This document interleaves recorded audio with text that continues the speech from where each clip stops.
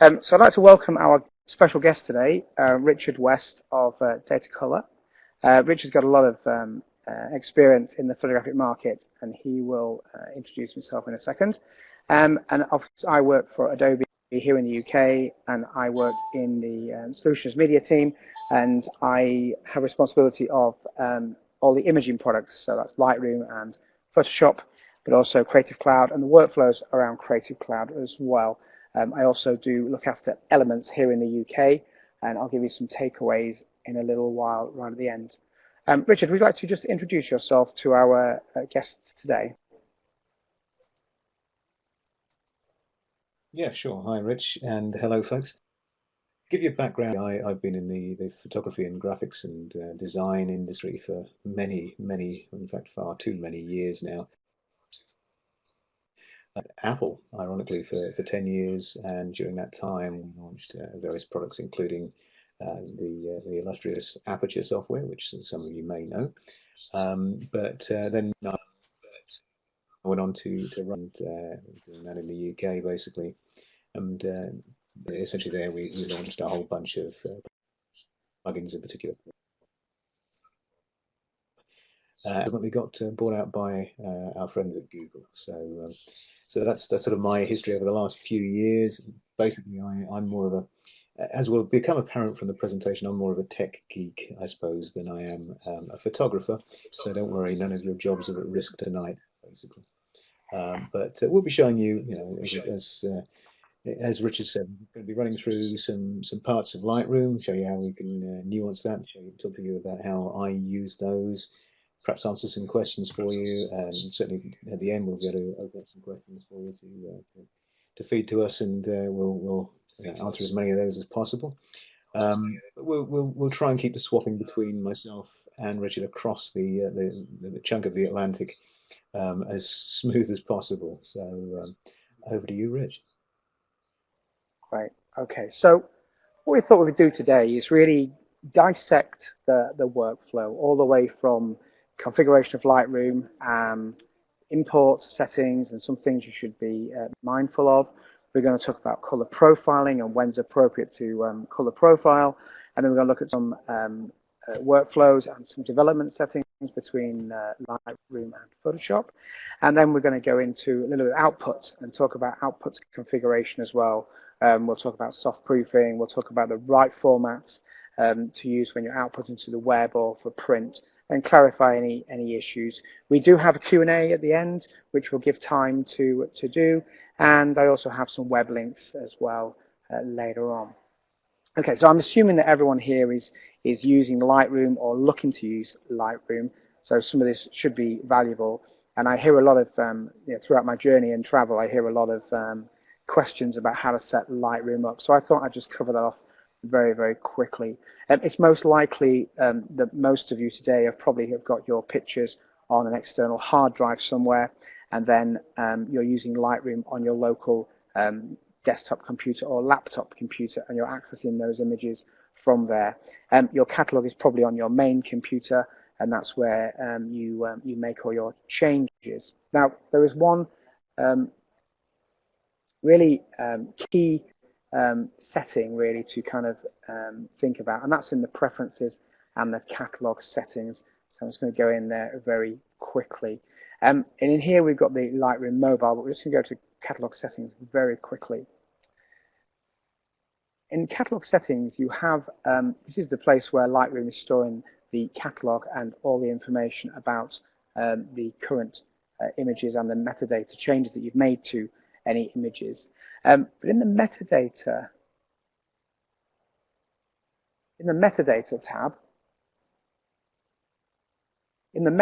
tab, you've got the automatically write changes to XMP, this little value here. Yeah, perfect.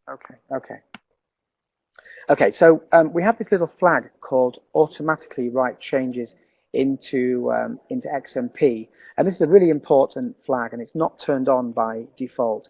And basically what happens is when you have a setup where you have your pictures on an external drive and your catalog on a local machine, you obviously have a backup mechanism inside Lightroom, but what you don't want to do is have all of your changes inside the catalog. It's ideal to have them on the outside as well, just in case something happens or you want to share it with somebody else. So if you turn this on, what it will do is every time you make a change into that picture in the Lightroom development settings, it will automatically write the any adjustments and changes into a small file next to the original file, which means that you can always get back to those settings if you need to at any point in time. So it's always worthwhile having that one very quickly to Lightroom preferences. And in here, you've got the Lightroom mobile tab. Now, if you are using the Creative Cloud photography plan, you may have access to, or you will have access to Lightroom mobile. It's definitely something that you want to maybe have a look at. Get access to your images on the mobile device. And you can see there I've got 48 pictures synchronized web and onto Lightroom on my iPad and also my iPhone. Okay, so what I'm going to do is I'm going to switch gears quickly and going to switch over to Richard, who's going to talk a bit more about presets and data color for setup. One of the first things you should do is calibrate your camera and calibrate your screen. So he's going to go through that, and then he's going to hand it back over to me, and we're going to talk about configuration inside the development module and some more information in the library module. So let's have a talk about some other things. We said we were going to talk about exactly color perspective, trying to add in elements that you can't do elsewhere within other software. One of the things that Lightroom is the potential to basically allow you to use lots of different plugins. So one of those plugins is something from one of my companies, Data Color. So we're going to show you that in basically an environment where perhaps a lot of wedding environment. Now, as I say, I'm no wedding photographer, so don't worry, I'm not going to be giving you any stress for your money here. What I was here, basically, what we're showing you is the fact that we've got multiple different lighting conditions wedding environments. So basically you've got inside, outside, and of course in the church and in the reception. And all of those are coming with different color casts. So in order to resolve that color cast issue, basically what we've got is the opportunity to pick a color target. Now this is a data color spider checker. So this is a color target you can use to actually be doing color management of your input. So we're going to talk about how we can go through different stages of your work tonight. We're going to look at retouching, for instance. In the color stage here, what we're saying is, okay, first of all, we're going to shoot this target in different lighting conditions. And you can see, obviously, some are inside, some are under neon there. This is a particular inside, this is actually a shot. So what we're going to do is we're going to show you how we can work that to create a preset over in our develop module that actually allows us to basically be able to go in there and apply this preset to correct the color casts on multiple different images. Now we're going to do that effectively by, first of all, using our white color picker to choose and set our white balance, basically. We're then going to check our color values for highlight and shadow end of things. So this is giving you the opportunity to see we've got essentially a 96% white here, which is what it should be. That's what we know the readings are. And down here is somewhere around a 4%. Again, that is the correct reading. If they hadn't been, what we'd be using is the black slider to adjust the shadow end, or the exposure slider to adjust the highlight end, basically. Now, effectively, that gives you the correct contrast levels for your images. So that's giving you something that, okay, we can say, okay, we now know what the lighting conditions are, the contrast levels are for your images. Now, all we need to do is either, in earlier times, go in with a color picker and choose every one of these squares to read the different color squares here. And of course, from that, create effectively a preset or an adjustment factor, almost like a profile, basically, to correct your images. Or in this instance, what we can do is we can say, okay, let's just edit in this little plugin, basically. So that's actually just pop open the relevant plugin that comes with it. And that's going to do the work for you, because the plugin, once it's checked for any updates, and you can see also there's a 24 patch version of this, basically this is going to give us the opportunity to read any of these different colors here, just by overlaying this guide on top of the image in the background. That's actually the image in the background. We're going to save it back into Lightroom, basically. So save that calibration, and that's going to give us a in-church cal, basically, in order to give us calibration factor that we can then apply, which means that we can go and take any shots that were taken, for instance, in that church environment. We can then pop into our preset for that particular setup. So let's choose our wedding presets here. Let's go and choose the in-church preset there. And that's instantly going to correct that in-church setup. If we choose the different images from the outside of the church there, then obviously the outside church preset to correct those. So suddenly that hodgepodge of different colors that we had from different casts and different setups instantly are getting corrected just by applying the relevant preset that you've created. And of course, what we need to have done was shot that guide in every one of the lighting conditions we're in. And that gives you the frame of reference basically that you can apply and then correct those colors in all of those environments. Now, same thing applies in things like video as well. We can be working on video and correcting those as well. But I think at least at this point, we've sort of shown you the star color managed workflow working in conjunction with Lightroom, because it's a very powerful tool, got a fantastic set of tools within here. But basically, this is giving us the opportunity to get it working in a color environment as well. Now, we're going to hand back to Rich in a minute. He's going to take us through some of the retouching elements and more of those, just on the vague hope that perhaps you can see Rich's screen if you're not even seeing mine, or hear Rich if you can't hear me. But what we will do is we'll come back in a little while to talk about the back end of the process, where we can talk about the fact that, okay, you can actually set up the similar sort of calibration all the way through your workflow and also do that for the back end. And at that point, you can be looking at soft proofing, basically. So you can, with that environment, get a soft proof against different types of printers, basically. So be able to see, okay, in this case, a bit of a low or outputting our images, or we can be showing other types of stock here. So if I have a look at different types of some speciality stock there, some luster stock there. So you see how those images can be printed out on different types of stock and different types of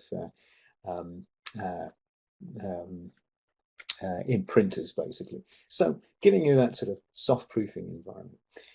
We can hand back to Richard. When you're importing your pictures into Lightroom, from most likely is going to be a flash card or a compact flash card, or it may be even you're importing from a hard drive into another hard drive. You're typically going to go through the import module. So let's go to the import module very quickly. There's a few things that I want to kind of highlight. I'm assuming, probably rightly or wrongly, that everyone is familiar with the input source and familiar with the copy and move actions at the top of the screen. What I really wanted to talk about was the Build Smart previews, and this is really handy, super handy.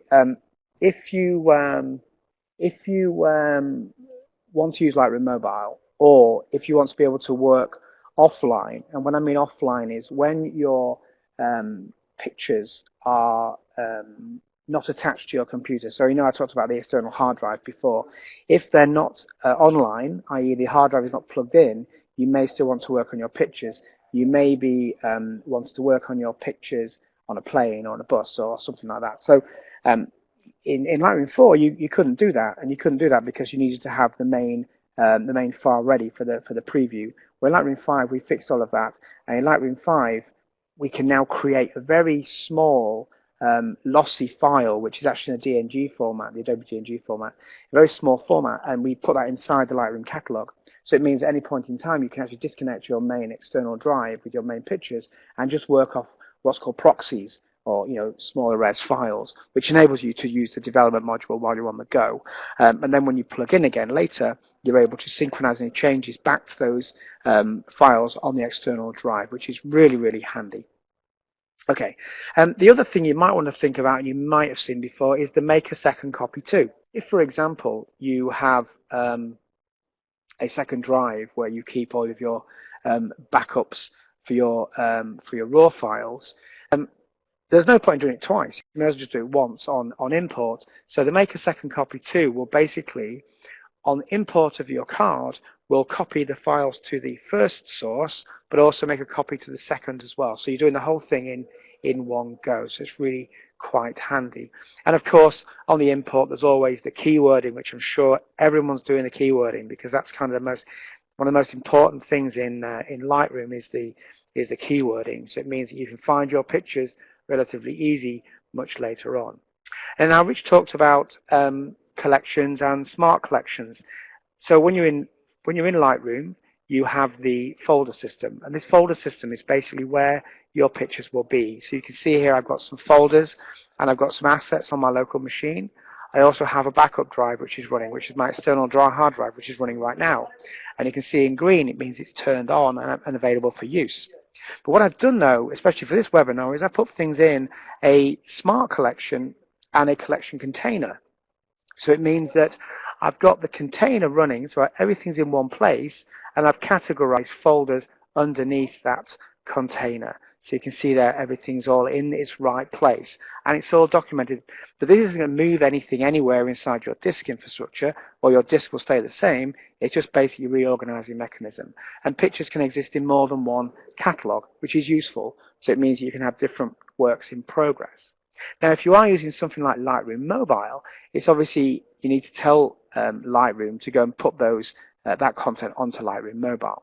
So, for example, let's just go to the Lightroom Mobile setting here, and I'm just going to go down to actually the live one running, which is here. Now, I'm at an event here tomorrow, so to prepare for that, I've actually made a Lightroom catalog for my Lightroom Mobile.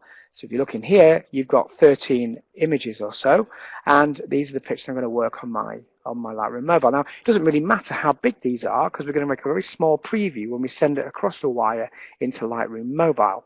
But what's important is the little icon in the top right-hand corner of each thumbnail. This is telling me that that file is on Lightroom Mobile and is synchronized into that Lightroom Mobile space.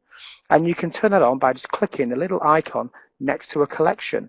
So it means that at any point in time you can add pictures into a collection and remove them from a collection, and they'll be on your Lightroom Mobile ready for you to start working in the RAW format. Now, you're working with RAW on your Lightroom Mobile, so it's still nice and fast, but it's a much smaller res version. But any changes that you make on Lightroom Mobile will be sent across the wire when you're connected, or we'll save those changes up and consolidate them all later. And when you get a connection, we'll then sync them across the wire back to Lightroom Mobile. So it's a really efficient way of working on the go when you're working on tablet devices, and everything's all synchronized to Lightroom on the desktop, which is great because it means that Lightroom on the desktop is your source for everything that you do, be it select, pick, be it star ratings, be it adjustments. Everything's back to Lightroom on the desktop, which is exactly where it needs to be. Let's go into selecting the edit, for example. That's something that I get asked a lot, is how do I do that? How do I make an edit? Well, say, for example, I've got these pictures here and I want to work on the pictures. I won't work on them all from a shoot. I'm only going to work on certain ones. And to work on certain ones, I want to see them in full screen in their full glory. So I can just press the F key, and the F key will just move Lightroom into full screen mode. Okay, and show me those pictures so I can then rank them. Using my arrow keys, I can move to the next picture and see exactly what's going on. Now, I really like this picture. I love the kind of the gaze. I love the engagement that this lady's got. So I'm going to give it a 3-star. And to get the star systems, I'm going to use the 1 to 5 keys, 1 to 5 number keys. So I'm going to give this a 3. Now, I don't give anything any more than a 3 because I'm not that good yet. So I'm waiting. I've been 20 years at 3. Maybe the next 10 years I'll move to a 4. But I'm using that to track my progress as a photographer, because number 1 is going to be it's okay. Number 2 is it's good. And 3 is wow, that's amazing. 4 and 5 are excellent or for different kind of selections. So I'm going to go through here and pick the ones that I want just by pressing those number keys. Now notice that it's moving to the next picture as soon as I press a key. And that's because I've got something on called Auto Advance. Under the photo menu, Auto Advance will automatically move Lightroom to the next picture, even in full screen, after I've hit a key, which is great because it means that I can continue my edit. Now, Richard talked about smart collections in a way that smart collections can collect data on the fly as things are running. So let's go down here. You can see here I've got a smart collection for 1-star, 2-star, and 3 stars. This is where I can manage my edit. So I can basically say anything with 3 stars goes into 3-star. Anything with 2 goes into 2. Anything 1 goes into 1. So at any point in time, I know exactly where all my 3 stars are. How do I create a smart collection? Go into Collections at the top, create a smart collection. I then get this dialog box, which allows me to go and put a rating in, or different options. that's greater than or equal to a star number, 3. So anything that's greater than or equal to 3 will automatically be caught by that smart collection. You could also add other rules in there as well and say, you know what, it's got to be a rating of 3 or more, but it's also got to be a, let's have a look. It's also got to be, let me try and pick something that's going to make sense. It's got GPS data, because I use GPS a lot now, so I want to have that on there. And I want to have a smart preview. So you see I can limit the information or the pictures that are going to come into my smart collection. So it means later on I can filter them in a better way. Okay, so that's that basically. So that's covered import, catalog settings, preferences settings.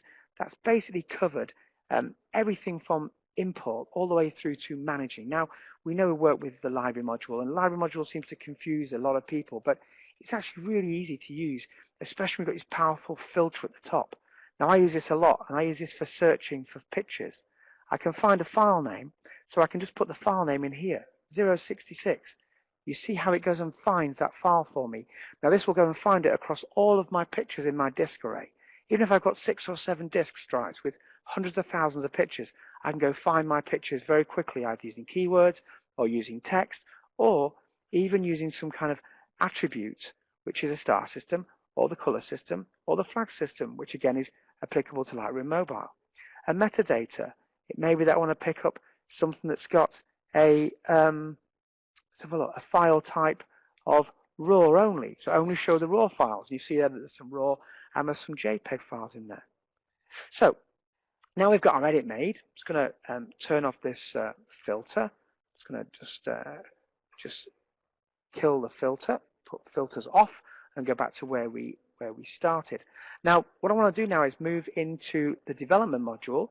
And for that, before we get into development, Rich is going to talk about how to apply a data color profile. Once you've calibrated the pictures and calibrated the camera, Rich is going to talk to you about how you actually go ahead and apply that profile to your pictures so that you know that all your colors are absolutely correct before you start working on them, because the last thing you want to do is work on a picture where it hasn't been properly color corrected.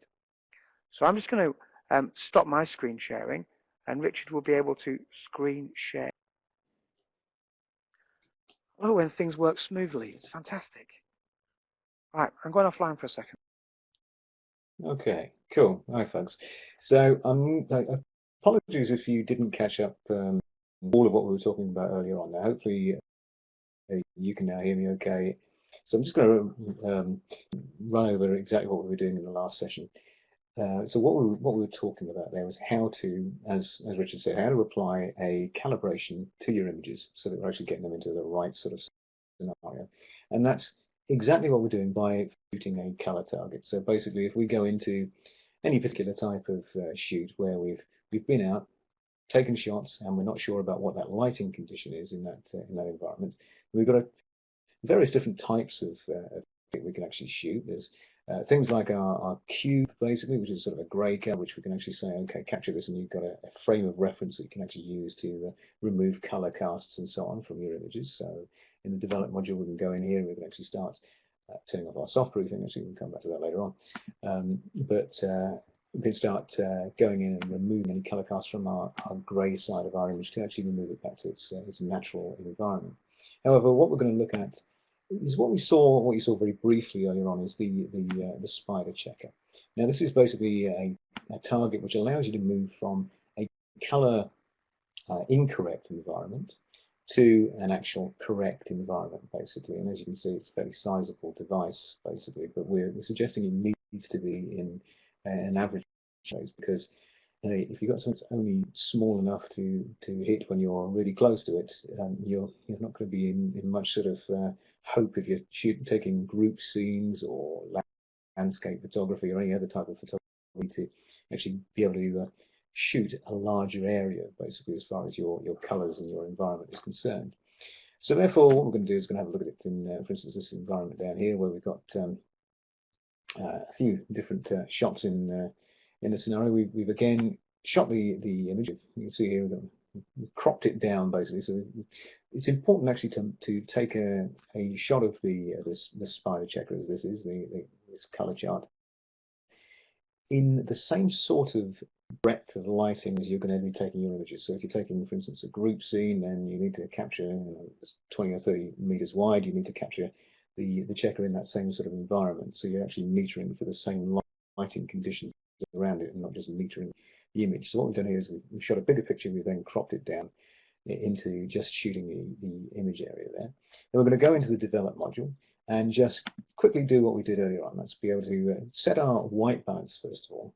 What we're doing here is we're removing any major casts from our images. We're then going to look at actually setting our highlights and our shadows, basically. So we're going to be taking readings there. If we look at the right-hand side of the histogram over here, we've got our clipping actually turned off at the moment, but we can turn that on if we wanted to, so we can see where we've got out of gamut white or black areas, basically. So black being in blue, and if we had any, then we'd have out of gamut in red on the right-hand side here. But as you can see, this is actually this square here, we know it's a 96% white. And looking at the readings underneath the histogram, you'll see that that's reading about 96%, so that's fine. If it weren't, we'd use the exposure slider just to change that. But down here, we've got the black square, which is actually 4% black. So if that were reading correctly, we'd be fine. But in this instance, it isn't. So we're just going to actually adjust our blacks in order to, in fact, what we're going to do is going to go the other way. We're going to open up our exposure, basically, and then adjust our blacks down to actually bring in some detail in there. So at that point, we're going to say, okay, we're about right on our imaging, basically, in this particular scenario. And then we're going to pop that into the relevant software, basically, into the editing, the app that comes with the software here now, and in order to allow us to actually create a preset. So this is all about using presets. Now, presets are only small bits of metadata, basically, so it's nothing massive that's going to clog up your workflow. In the same way that any of your images that you're using in Lightroom, besides the original image, which is stored in a folder stream, then anything you're doing in, for instance, the collections we've been showing you how to set up, or with retouching, it's all just metadata. And here we're doing exactly the same sort of thing. We're creating a new preset, a very small metadata tag, which adjusts all the colors, all the 48 colors, so essentially the entire color palette of our images here. So we're saying, okay, with the software, rather than you having to pick every color as you go through here and try and figure out what they should be, it's just going to automatically take a reading. You can actually set this up for, if you're doing more saturated work, you can choose more saturated color curve, basically. So it just tweaks it and nuances the color curve of that curve. And if we wanted to choose portrait, we just nuance the portraiture side of the colors, basically, of the skin tones, because the left-hand side of the guide here is aimed at skin tones. The right-hand side of the guide is aimed at more general colors. But by saving that calibration, I'm just giving it a name, so we'll call that beach. Basically, that's going to give us a preset which we can apply to our images. So therefore, if we go down into our shots down here, basically we can apply a particular preset into that environment, such that we can say, okay, well, it's actually, I think in this instance, this was the beach preset hasn't actually come up at this point because we need to quit out of Lightroom and restart. So let's just quickly do that. It's just a nuance of Lightroom, basically, is the fact that basically it just needs to be refreshed, have its cache refreshed in order to do that. So it's just out and pop back open again. So quickly pop open our Lightroom again, and then you'll see that the beach preset popped up, and then we can apply that to the relevant image, basically. So if we pop down here, we have a beach in there, so small basically, but perhaps the ones there, you're just seeing a very small and marginal change to our imaging as far as the colors are concerned.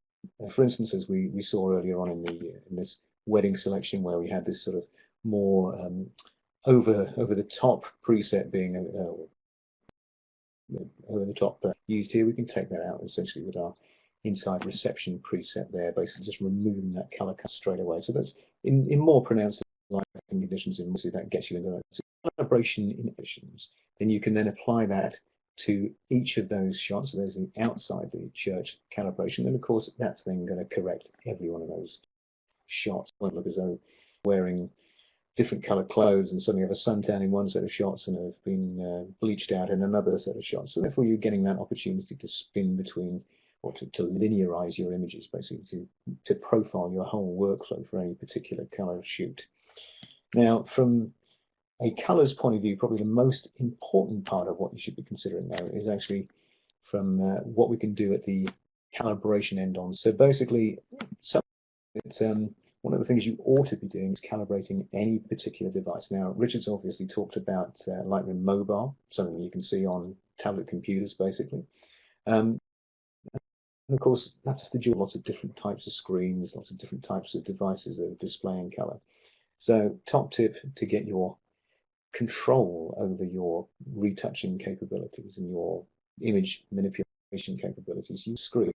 And that's where it's to color. So that's something that runs software, Mac or PC, doesn't matter which, runs on screen, allows you to basically read a whole chunk of colors that are the software that comes with the Spider knows what those colors should be read as. The eye of the device, the Spider that you can see just hanging against the screen there, is reading those colors. And if it sees any differences, it creates a profile, a correction that allows you to calibrate your screens. And automatically end of the process, takes about 3 or 5 minutes. As long as you save that process, save that profile at that point, it will apply that directly to your computer and therefore adjust the way that computer is displaying on that particular device. And of course, if you've got more than one device, you can move it around and use it on different types of devices. So that's a key thing we need to be doing as far as our calibration of our screen profiles are concerned, in order to make sure that, okay, what we're seeing is correct. And at that point, of course, we can then start getting into the joys of soft proofing our output environments. Now, we talked just now. So let's say we want to take this image and keep it out somewhere. Effectively, we've got the capability within Lightroom to soft proof. So highly important to be able to do this, obviously, in any environment. What we're doing is, in this instance, a very non-print related or non-photographically related printer, but something that I've calibrated such that I can show you a profile of how things will print out. You can see, as we saw, well, some of you may have seen earlier on, how we can adjust this to have a look at how this image will look on different types of prints. So you can see on the left-hand side, that's how we originally started, and then on the right-hand side, that's how it's printing out, basically. But let's actually have a quick look at something called Ability. This is something that's available on the Macintosh, but maybe if you're on the Windows environment, you'll have seen something called color in there. And this will give you gives a little understanding about color as far as workflow utility is free, or it's included in the cost of the Mac, and I gather color is similarly included in the cost of Windows. It's a free utility to allow you to see what sort of color spaces you're able to work in. So this, for instance, is Adobe RGB, and down here we've got sRGB. You can see that they are substantially different color spaces, basically. So if I hold that for comparison and show you sRGB within the Adobe RGB color space, what we're seeing here is a representation of what colors you can see. Well, you can see straight away that sRGB is quite a bit smaller than Adobe RGB. But if I just clear that comparison and show you the same sRGB color space compared to my laptop display, that's okay. Well, this is my laptop. Actually, last year, I've got some newer ones here. In fact, because I regularly do a calibration of my displays, I can see how my displays are changing over time, and what is the best color space to be working in. So within Lightroom, for instance, you can set your color space to retouching. So in this instance, because I'm working on a display that really only can see sRGB, so the mesh around the outside there, so you can see it's pretty much it's about 95%, 96% of that color space. Then I should be retouching in that. In this instance, if I had a much better display, something like a Wacom Cintiq, for instance, and some of these Cintiqs down here, they're much bigger, basically, so much bigger color space. So if I clear that comparison and just show you that in comparison to Adobe RGB, so therefore we can see Adobe RGB is pretty much just a little bit bigger than what we can see on a Wacom Cintiq. So what we're saying there is, okay, on a Wacom, you're quite happily able to retouch in Adobe RGB. Key thing about that is, okay, why would I not retouch an sRGB display? Well, I can't see half the colors, basically. If all I can see is sRGB, then I don't really want to be retouching all these colors out here that I haven't got a chance of seeing. So if let's go back to that display of my laptop again, you can see probably about third of my color gamut I can't actually see here. So that's why we should be getting control of, or getting an understanding of what we're actually retouching on, first of all, such that we can understand, okay, what we can retouch in. Because otherwise you'll really fake if you start retouching your images, and maybe you've got a nice landscape scene and you want to be bringing out some vibrancy in the grass and in the greenery. Well, you could be really mucking that up if what you're doing is working on can't see what you're doing, basically. Now, this same profile environment is what we're effectively doing at the print end of things. So if you want to be outputting your device to different types of devices, then choosing sRGB is a good place to be soft proofing, because that's what most people are going to be viewing in. But basically, if I choose maybe a Euroscale standard press environment, so that's a standard sheet fed printing press, that's the sort of color space, the colored area there within that sRGB color space, that I'm able to, and this is why Lightroom and Photoshop are both very good softwares, because what they do is they map what you can see on screen into that printed color space.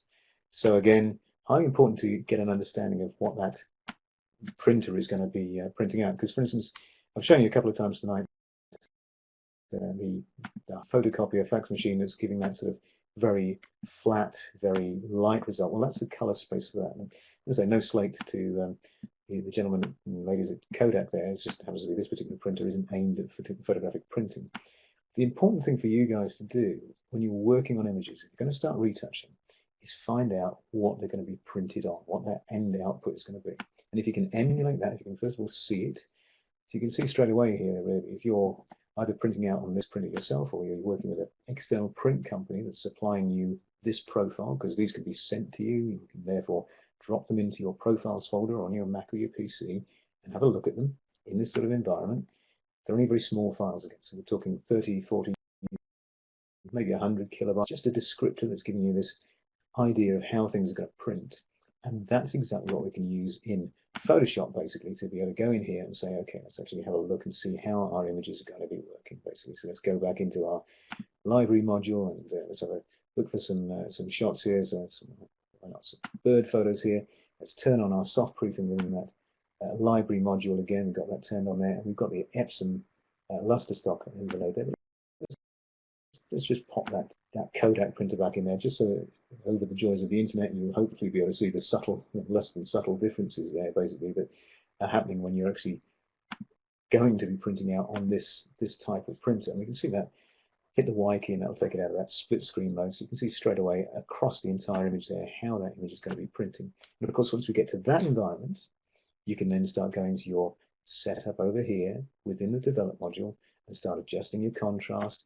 Try and get the best. We know that it's going to be something that in this instance you're going to be struggling to actually print out. But obviously, if you're going to a more general, worthwhile print, it's going to be easier to adjust to something you can actually print. And of course, it does create a proof copy for you basically as soon as you start working right from there, so you're not actually in any way damaging your original images. So hopefully that's giving you a bit of a background to the back end of things. Anybody who wants to find out more about the color side of things tonight, download a particular ebook. Now, free ebook we give away from the guys from Data Color give away the free ebook here. It's something that basically will cover. It's not in German, but this just happens to be a screenshot of the German one. We do it in a lot of different languages, but it's something that will be about color management. There's some extra information, and we've also got some delightful guys in our tech support team who can answer that any questions you've got on our free phone number from Data Color's point of view. I'm going to hand you back to Richard in a second, but I will just say thank you from my perspective for your time tonight. But I'm also going to point out to you that if you happen to go to any of the Adobe, any of the Data Color web stores, basically the European one, so we are at least making it up to you by giving you a discount off of the Data Color products. If you go to our the Data Color website, datacolor.com/orders. It's a Euro-based store in Europe, so therefore this code Adobe 1014 only works in Europe, but it's available until the 24th of the month, and it will give you 20% discount off of the joys of our Data Color range of products, basically. I'm super excited. Cool. So I'm going to go over the development module, and some features in there I think are worthwhile talking about. So I just want to finish off the development module and give you some tips around there. I think is worthwhile doing. So Sounds really cool, mate. I mean, what I would say from my perspective, obviously being, having moved to Lightroom a few years ago, I mean, some of the big things that make a difference to me as far as using Lightroom are concerned, the lens correction profiling, that really is fantastic from the point of view of the way it can swiftly change, make up for all those imperfections of lenses, especially when you're shooting wide angle, etc., or on a big zoom. That's a real key. Smart previews you mentioned as well. The fact that I can work offline and actually retouch offline, and then when I plug my hard drive back in when I'm back online later on, makes that, that's fantastic. Obviously, things like the retouch in there, the fantastic as far as being able to now do some superb adjustment, not just a cloning tool. okay, so a couple of things really. Let's go talk about the development module in Lightroom. It's always one of those things that you obviously want to go into when you are working with your pictures. And one of the things I want to kind of just focus on is this over here, the histogram. Histogram is super important when it comes down to editing your pictures. And when you're taking pictures with your camera, and assuming everyone's on a digital camera, is you should probably be shooting to the right, which means that in camera, when you're taking the picture and working out exposure, you want all of the information to the right, to the highlights. And what that's going to do is going to make sure all of the data is in the highlight area. Now, when I talk about clipping, what I mean is that you've actually clipped to white or clipped to black. And what you're doing when you're moving the pixels to the right-hand side, you're capturing more pixels. So think of this as a data buckets. The right-hand side in the highlights is where most of the data goes, and the left side in the shadows is where less data goes.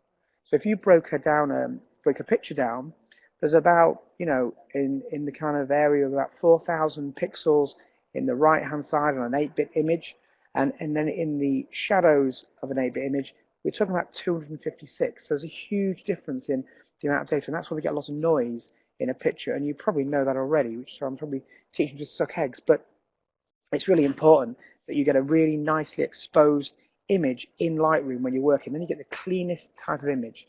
You've probably all been to 500px and Behance. They've got amazing images out there, and that's because they shoot to the right, and they shoot and get all that highlight detail in place. Now, the way you can check that is using J key in Lightroom, and the J key will turn on the highlight and shadow clipping, and you can see here that the red areas are the areas of highlight clipping.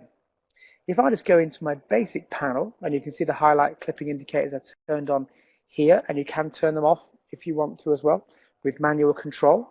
But let me just push the exposure up and you see what happens. You see everything getting clipped to white, all the red areas. So when you are playing with exposure, just watch those red areas. Don't go too much when you've got clipping on, but make sure you've got a nice balanced histogram. You can push further than what you think you can, but it's worthwhile just looking at that. Even with this image here, I can push another plus 0.65 as part of that exposure. So I can really start working with that. Now, I'll get back onto that in a second. But the other thing to look at is white balance. Cameras do an amazing job nowadays of really capturing the right white balance. But sometimes, scenes can actually trick the camera, especially with fluorescent and with tungsten lighting. So here is a way that you can actually just manually reset the lighting, and auto will actually get Lightroom to look at the picture and apply the setting based upon what Lightroom thinks. And you can manually override that as well. You can also pick up the little pipette and you can highlight over anything. Now, the trick to this is to get the RGB values about the same. And when they're about the same, that's a good gray point. You see just a slight shift there. So when you've got everything color calibrated, the white balance is really important to get all the right color information into the picture, which is really vital. Okay, so the other things I would talk about and really want to emphasize is the highlights and shadows. And the highlights enables me to pull those highlights back. And you see as I move it to the left, the red areas on those eggs go away. So it's a really great slider to pull anything back. Even if you've pushed it a little bit too far on exposure, you can pull it back on the highlights. I actually have a better picture to show you of that. which is this one here. So I shot this in Paris, and you can see here when I've got highlight and shadow clipping turned on, that only the shadows are clipping, but I've got lots of highlight information, but it's not really showing me any contrast. So let's go and pull the highlights down and see what's really there. Wow, look at this, all this dark area. I'm starting to get some contrast. It was a rainy day, so all this contrast comes back. But I still have some data in the shadows. So watch this. When I push the shadow to the right to extract the shadow information, look at that. So there's so much more information in those highlights and shadows than what we can see. This is almost like HDR for normal images. You're not going to increase the tonal range on the picture, but you're just going to pull that data back, which is really vital when you want to get that amazing information. Now, it might be that there's too much data there, so you can also dial back on the shadows and get it to a point which is more interesting and got more punch. And the next thing you probably want to think about is the white point and the black point. What these do is these relate to the histogram. Now, if I go to the left-hand side, you see I've got the blacks. If I go to the right-hand side, you see I've got the whites. These relate to those areas. So what I can do is I can just drag the histogram to where it needs to be. And you see as I drag it, you'll start to get clipping. You see that white, that red area coming through there in the clouds? I'm clipping. So what I'm doing with the white and the black point is setting the end parameter for the white and end parameter for the black point. So it's telling Lightroom where to clip, and that's going to give you contrast. So if I go to my black point now, I'm just going to push the black point in, and you see that I'm pushing black in. Now I'm getting more shadow information through there.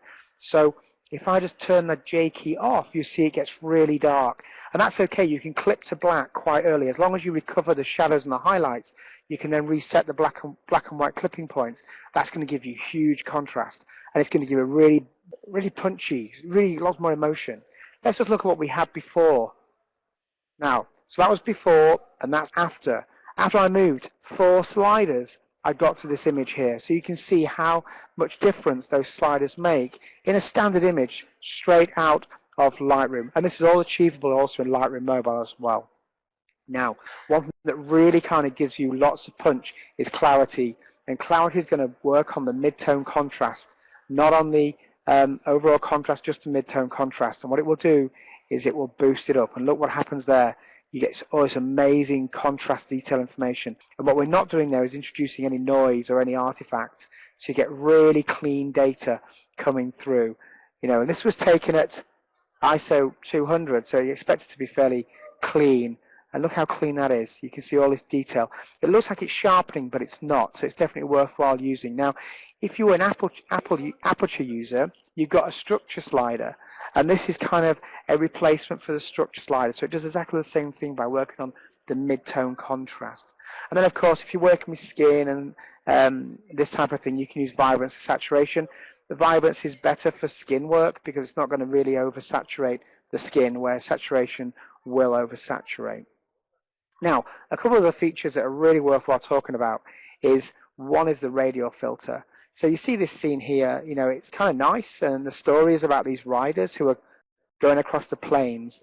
But I really want to emphasize the riders. Now, it's very hard to do right now. I could paint it in with a mask and put a mask on and paint that in, or I can go into something called post-crop vignette.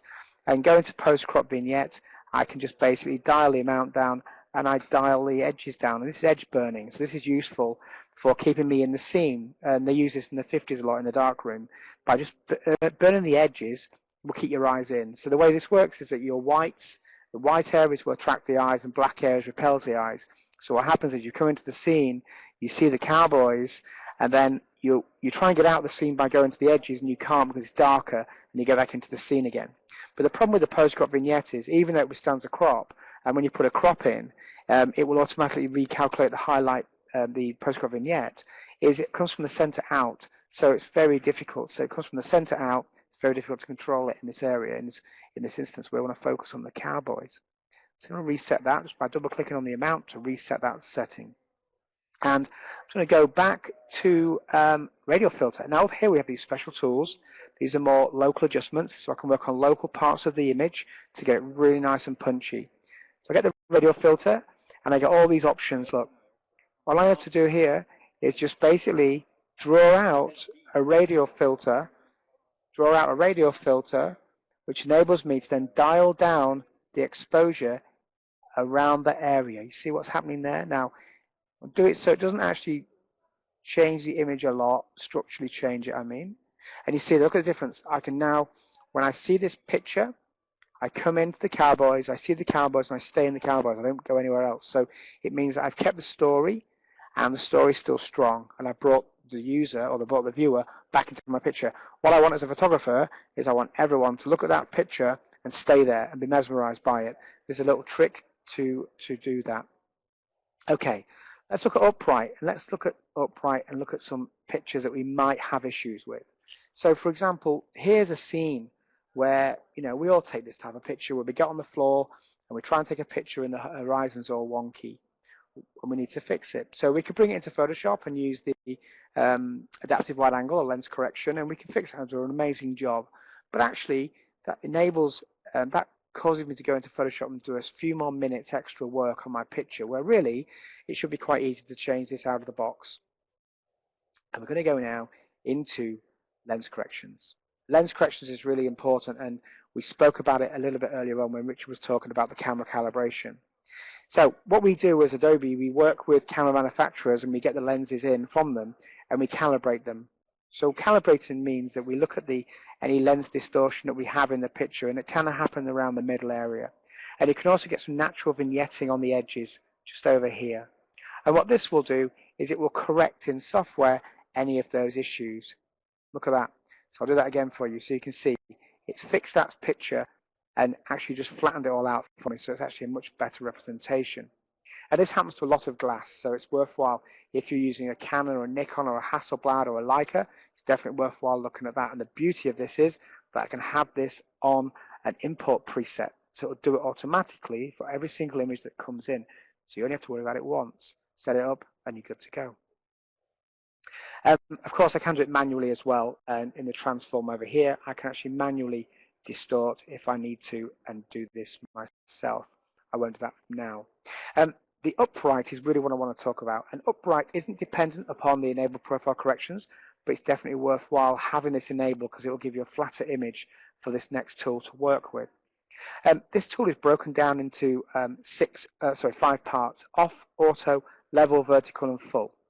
Off is self-explanatory, it's just off, no corrections will take place. Auto is where Lightroom will look at the picture and try and correct everything in the picture and automatically fix the picture. But it may be that you want more control. So level fixes the horizontals, vertical fixes just the verticals, and full will do a 3D warp. And I'll look at that in a few minutes. If I click on the auto though for now, you'll see auto will just spring into action and straighten this image out for me, both on the horizontal and on the vertical. Okay, so look at that. You got that picture looking amazing straight away with just one single click.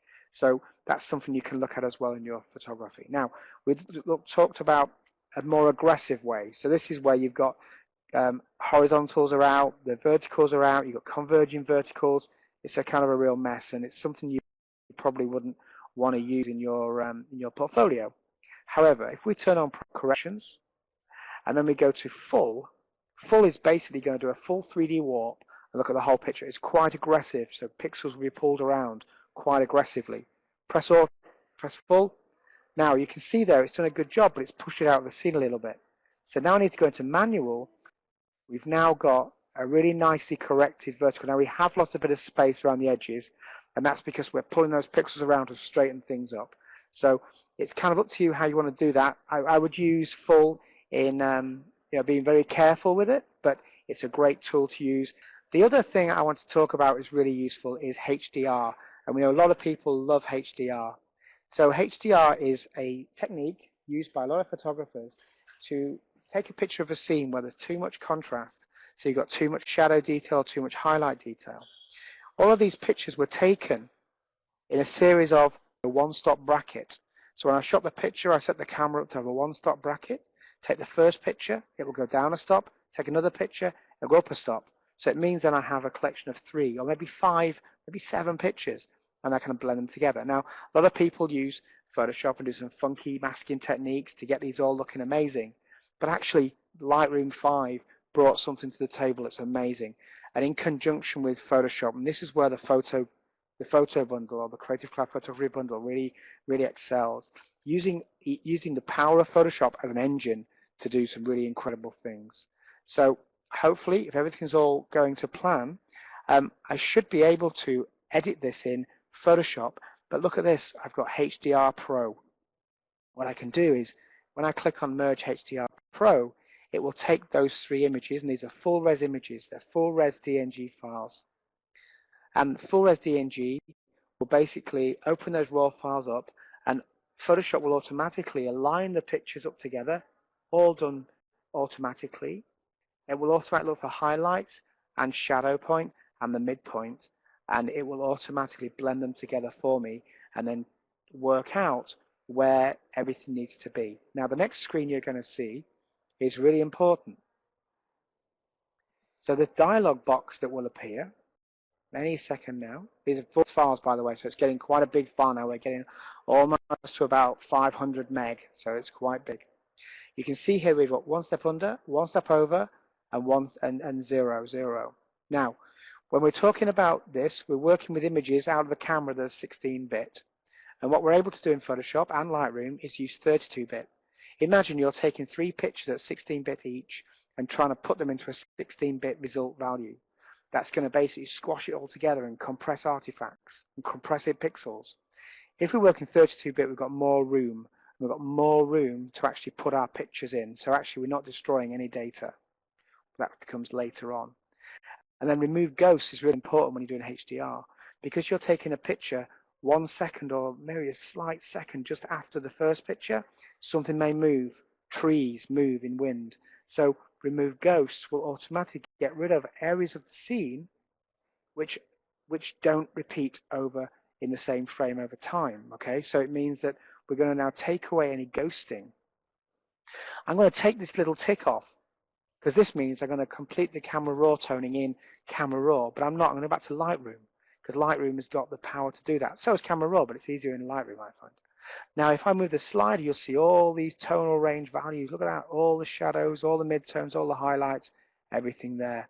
So if I press OK, all that's going to do is bring that back into Photoshop as a 32-bit HDR. And the first thing I'm going to do is save it back out to Lightroom. And that's going to create me a TIFF, and that's really important. Okay, so the TIFF is really important. I'll do a save. You see it's a TIFF. Now go back into Lightroom. It now creates me the TIFF, and look at this. Here's my TIFF file. So I'm just going to go into my basic panel. And what I didn't mention before is that highlights and shadow is now rigged up to support 32-bit range data files. So now I can go back and bring my highlights back and my shadows back. Boom, look at that. I've got all my data there. So I've got all my data in the image. It's a HDR image composite of 3 images, and it doesn't look overdone. It doesn't look overburnt like you see a lot of HDR images. It looks really natural as I shot it when I shot it.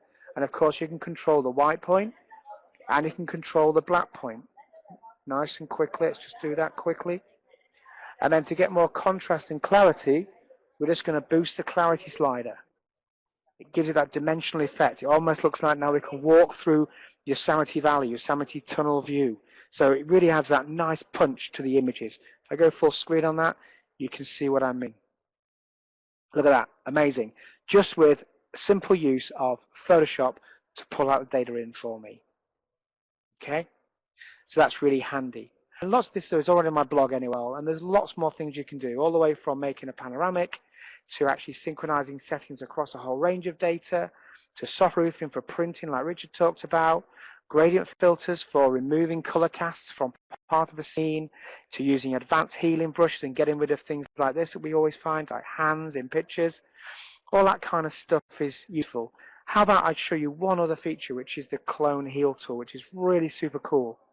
So let's pick up the Clone Heal tool just here. And the Clone Heal tool has always been round. Having a round brush is fine, but having a round brush means that we had this very hard edge. And when I try and remove part of a scene, you could almost see the disc that you're replacing it with. And as part of the advanced healing brush, we also brought in a feather command. So if I pull the feather command in now and just feather that area in, you can't see it. It's all non-destructive, so nothing gets changed underneath. But the more important thing is I want to have this beautiful vista and not having this girl running through the weeds. So what we did was we brought in something called the Advanced Healing Brush, which means that I can move away now from this round disc and actually paint in by holding down the brush while I'm painting, and actually customize the brush and then move it into position. And now I get a beautiful customized brush that will blend in using the feather, blend into the scene so you can't see it. So now you can do a lot of work in Lightroom for that post-processing and then go into Photoshop at a later stage. Okay, so there's some really cool tools in there and really cool features. So I'm going to go back to my slides very quickly, and I'm going to open this up for Q&A now. But before I do, I just want to leave you with this link back to my blog where a lot of this content can be found, but also on Twitter. And that's the best way to get hold of me, and I will always try and keep up with people on Twitter, so it's a really nice place to do that. And there's lots of videos on tv.adobe.com as well, so it's definitely worthwhile checking that out. But check out the blog. I write on a Friday, and there's lots of content in there about Lightroom and Photoshop in general and loads of other stuff. Thanks very much, and we hope to see you very soon. And yeah, we look forward to doing these things again. There's one on Thursday, by the way, and the Thursday session is with Gavin Hoey, and it's about editing your pictures, more of a deep dive on editing your photos that you may have taken in the summer. So it's goodbye from me. And yes, I suppose it should be goodbye from me as well. It is kind of like the two but it's a two. So if you do want to find out more about what we're doing on the color management side of things, do pop on over to the Data Color site. So in particular on the color management for photography, that's it's not www, it's http:// spider.datacolor.com. You can always send us questions in on color management, and do download that ebook if you want to have a bit more insight. We do regular webinars as well, so please have a look at our events. But Richard Curtis is often a guest on those as well, so you might be able to see him via a different webinar portal at some point. But thanks for Richard and the guys and girls at Adobe for organising this, and look forward to talking to you again. Cool. Thanks, guys. Thanks for your time today. It's been great to speak to you and great your engagement. Thanks.